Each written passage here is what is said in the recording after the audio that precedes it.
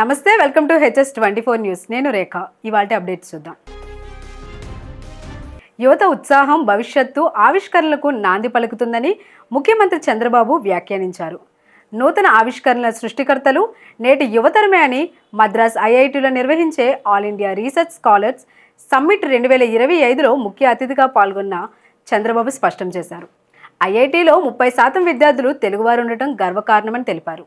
విద్యాభ్యాసం పూర్తయ్యాక ఎంత సంపాదిస్తాం అని సగటు విద్యార్థుల ఆలోచనలకు భిన్నంగా IIT విద్యార్థులు ఉంటారని వెల్లడించారు. థాయిలాండ్, మయన్మార్ దేశాల్లో భూకంపం సంభవించింది. రిక్టర్ స్కేలుపై దాని తీవ్రత బ్యాంకాక్లో 7.3గా, మయన్మార్లో 7.7గా నమోదైంది. బ్యాంకాక్ స్థానిక కాలమానం ప్రకారం మధ్యాహ్నం 1:30 గంటలకు భూ ప్రకంపనలు భవనాలు, ఇళ్లను కుదిపేయగా ప్రజలు భయంతో వీధుల్లోకి పరుగులు తీశారు. భూకంప కేంద్రం మయన్మార్లో 50 కిలోమీటర్ల లోతున ఉన్నట్లు ఓ జర్మనీ సంస్థ గుర్తించింది.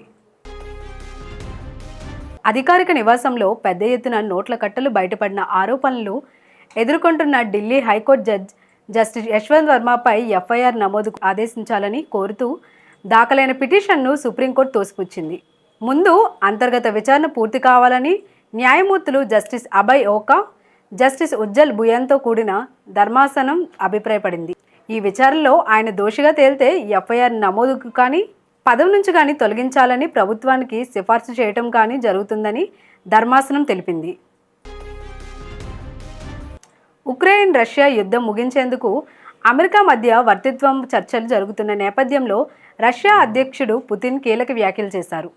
ఉక్రెయిన్లో ప్రస్తుతం జెలెన్స్కీ ప్రభుత్వంలో చర్చలను తాను విముఖంగా ఉన్నట్లు పరోక్షంగా వెల్లడించారు. ఆ దేశంలో తాత్కాలిక ప్రభుత్వం ఏర్పాటు కావాలని అభిప్రాయపడ్డారు. అప్పుడే యుద్ధం ముగింపునకు మార్గం సుగమం అవుతుందని సంకేతమిచ్చారు. రాష్ట్ర వ్యాప్తంగా 47 మార్కెట్ కమిటీలకు చైర్మన్లు కూటమి ప్రభుత్వం ప్రకటించింది. మొత్తం సభ్యులతో కలిపి 705 నామినేటెడ్ పదవులను భర్తీ చేసింది. అభ్యర్థుల ఎంపిక కోసం ప్రజాభిప్రాయ సేకరణను చేపట్టారు. తాజాగా ప్రకటించిన 47 MMSC చైర్మన్ పదవుల్లో 37 తెలుగుదేశం, 8 జనసేన, 2 BJP నాయకులకు దక్కాయి. త్వరలోనే మిగతా మార్కెట్ కమిటీల చైర్మన్లు ప్రకటించనున్నారు. నంద్యాలలో భిక్షాటన విషయంలో పాణ్యం, నంద్యాలకు చెందిన హిజ్రా వర్గాల మధ్య ఘర్షణ చోటు చేసుకుంది. కొంతకాలంగా నడుస్తున్న ఈ వివాదం నంద్యాలలో భిక్షాటన చేయడానికి పాణ్యం వర్గం ప్రయత్నించగా నంద్యాల వర్గం అడ్డుకుంది. ఈ క్రమంలో రూరల్ PS ముందు ఎదురుపడ్డ 2 వర్గాలు పరస్పరం కారంపొడి చల్లుకొని రాళ్లు రువ్వుకొని బీభత్సం సృష్టించాయి. దీంతో 2 టౌన్ రూరల్ పోలీస్ స్టేషన్లు లాఠీచార్జ్ చేసి కొంతమంది హిజ్రాలను అదుపులోకి తీసుకున్నారు.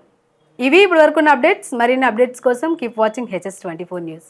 Please do like, share and subscribe our channel.